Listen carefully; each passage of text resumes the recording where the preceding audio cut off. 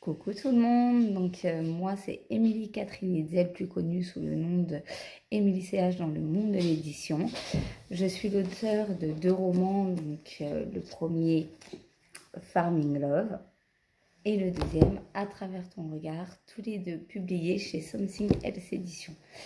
Je suis auteur depuis bientôt 1 an. Et voilà, donc là je vais vous présenter et je vais vous lire le premier chapitre de À travers ton regard, mon dernier roman sorti au mois de janvier, et j'espère qu'il vous plaira. Allez, c'est parti, je vais vous lire donc le premier chapitre. Ça va faire 15 fois que je recommence la vidéo, j'ai un problème d'élocution, c'est pas possible. Allez, c'est parti. Donc excusez-moi si je fais un petit peu des bafouillages. Chapitre 1. Encore une fois, je ne me sens pas bien du tout. J'ai encore fait une bêtise. Je m'étais pourtant promis de ne pas laisser mes nerfs prendre le dessus, mais c'est plus fort que moi. Dans ces moments-là, je ne pense à rien d'autre que de stopper ce trop-plein de souffrance. Alors je me fais du mal, par n'importe quel moyen, sans vraiment en prendre conscience. C'est plus tard, quand le calme revient, que je me rends compte à quel point je suis allée trop loin. Ça fait maintenant des années que je supporte ces critiques, ces crises et ces cacas nerveux. Ben trouve n'importe quel prétexte pour passer ses nerfs sur moi. Une chanson qui lui déplaît, un t-shirt trop moulant, un gâteau qui n'est pas à son goût. Peu importe la raison. Il ne va pas me lâcher jusqu'à ce que je craque. On dirait que sa passion est de me pourrir la vie. 10 ans que je supporte sa mauvaise humeur, ses colères et sa domination. Combien de temps vais-je pouvoir encore tenir? J'ai rencontré Ben dans mon quartier. Il est né ici, en Seine-Saint-Denis. Moi aussi.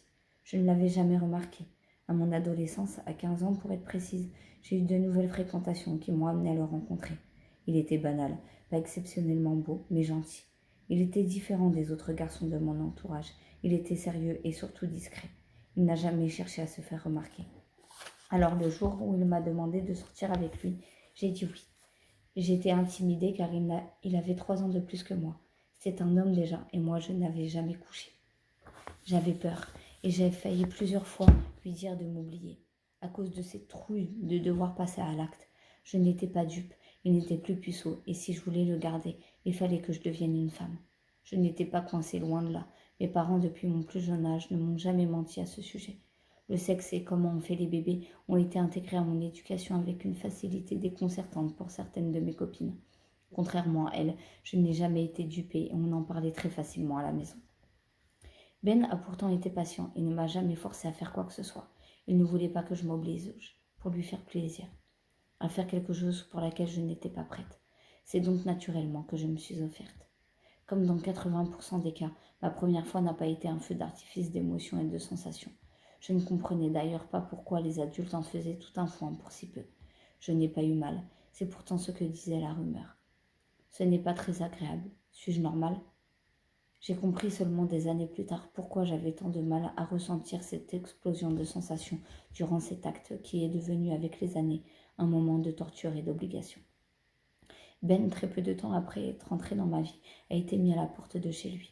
Ses parents n'acceptaient plus son addiction pour la fumette, mais aussi parce qu'il se la coulait douce. Il ne voulait pas aller au bout de ses études. Il a donc frappé à la porte de chez moi. J'étais en cours ce jour-là et lorsque je suis rentrée à la maison, ma mère m'a annoncé après m'avoir expliqué la situation qu'elle lui avait proposé de vivre avec nous.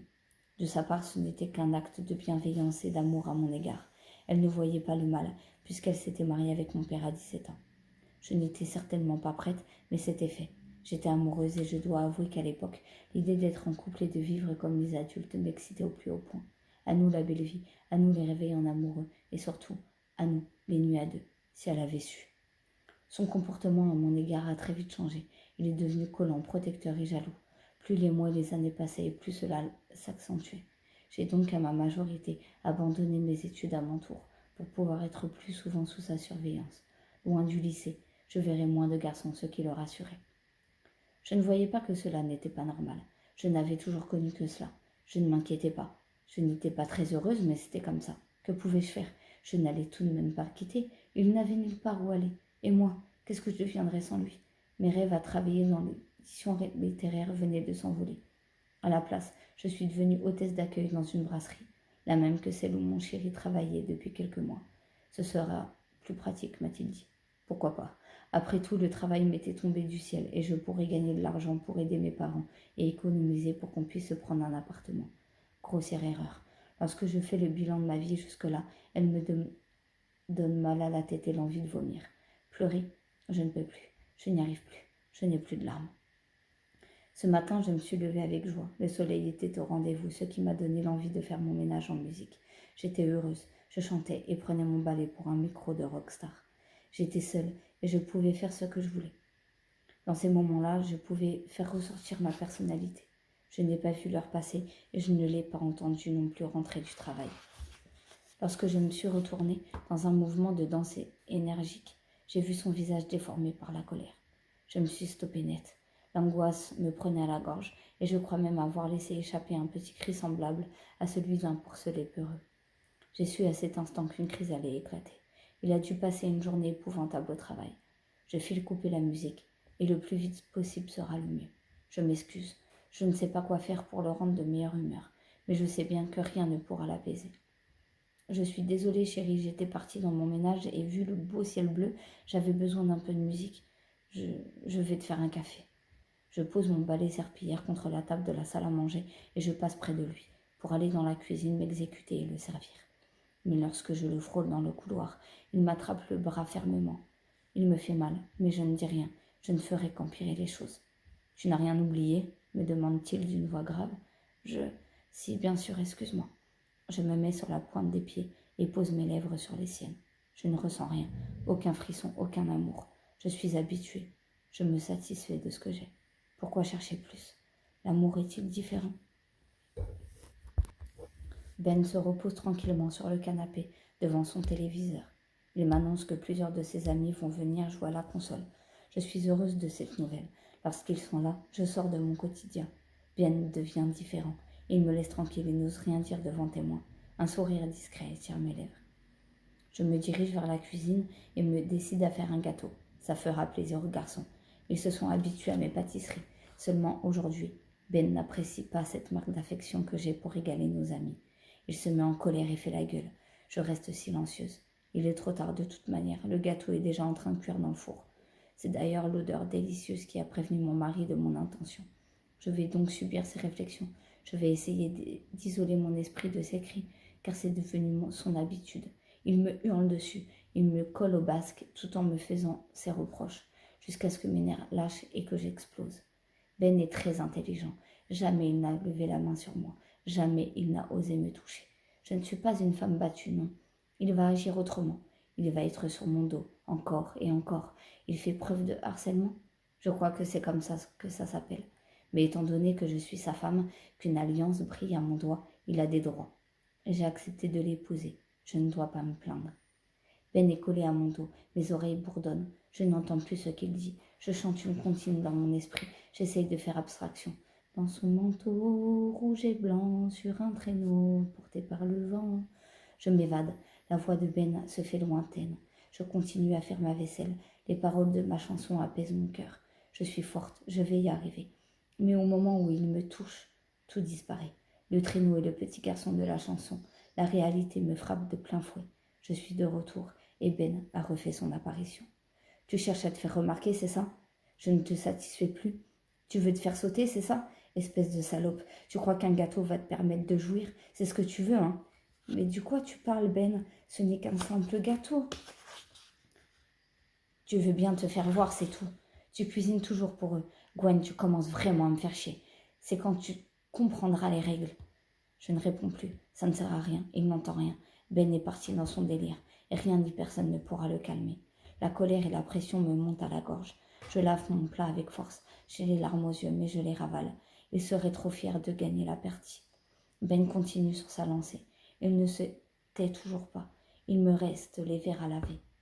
Mais mes émotions se mélangent, ce qui provoque en moi un orage, une tempête. Je ferme les yeux, je n'en peux plus de l'entendre parler. J'ai besoin qu'il la ferme. Je ferme les yeux et je tape dans l'évier, encore et encore. Je hurle, j'extériorise, avant de devenir complètement folle. J'ai chaud, je pleure, ça y est, il a gagné. Je laisse tout en plan et me dirige dans ma chambre où je m'écroule au sol. Je suis toujours dans le noir. Je ne veux pas ouvrir les yeux car je sais qu'il est sur le pas de la porte. Il me regarde, je le sens. Tant bien que mal, après 10 bonnes minutes à verser des litres de larmes, je me redresse et m'appuie sur mon armoire. Ben est parti fumer son joint. L'odeur de la résine de cannabis embaume l'appartement. Il a gagné, c'est ce qu'il voulait, que je craque. Je regarde mes mains, elles sont pleines de sang. Il y en a partout sur le sol, mais j'essaye de réfléchir pourquoi. Les verres dans l'évier, moi en train de taper dessus pour que Ben se taise. Tu es complètement folle. Tu vois ce que tu as fait? Il va falloir te faire soigner. Tu me fais pitié. Ben est dans l'encadrement de la porte. Ce n'est pas possible. Il ne va donc jamais me laisser tranquille. Il affiche une expression de dégoût sur son visage. Je ne lui porte aucune attention, j'ai l'habitude. Avec la douleur qui commence à se faire ressentir, je fais diversion sur ce que je ressens à l'intérieur. Va falloir que tu nettoies toutes tes conneries, putain. Grouille, les mecs arrivent. Je m'exécute. Gwen, la gentille et obéissante femme, se rince les mains et obéit à son charmant petit mari. Que faire de plus? Appeler ma mère? Non, personne ne doit savoir. C'est moi qui suis folle.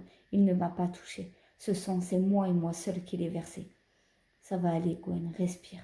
Tu es forte. Affiche ton plus beau sourire et oublie ce qui vient de se passer. Cher journal, encore une fois, j'ai mal. Encore une fois, j'ai le cœur qui saigne. Je n'en peux plus. Et mon avenir devient de plus en plus sombre. Voilà, fin du premier chapitre. J'espère que ça vous aura plu. J'espère que j'ai bien articulé. L'exercice n'était pas trop facile. Mais voilà, et je voudrais vraiment remercier la chaîne YouTube et sa créatrice du coup pour l'opportunité qu'elle nous donne. C'est vraiment super pour nous les auteurs et pour vous les lecteurs parce que vous nous découvrez du coup autrement que par des pubs ou des publications écrites. Et du coup, ça fait du bien. Voilà, merci beaucoup et puis à bientôt. À travers ton regard est disponible pour l'instant en numérique partout, Fnac, Amazon, Google Play, etc. Et incessamment sous peu en version papier sur Amazon. Et moi j'en ai plein, comme vous pouvez le voir derrière. Et du coup, si vous voulez l'acheter en version papier, n'hésitez pas à me contacter. Je vous fais des gros bisous et merci beaucoup.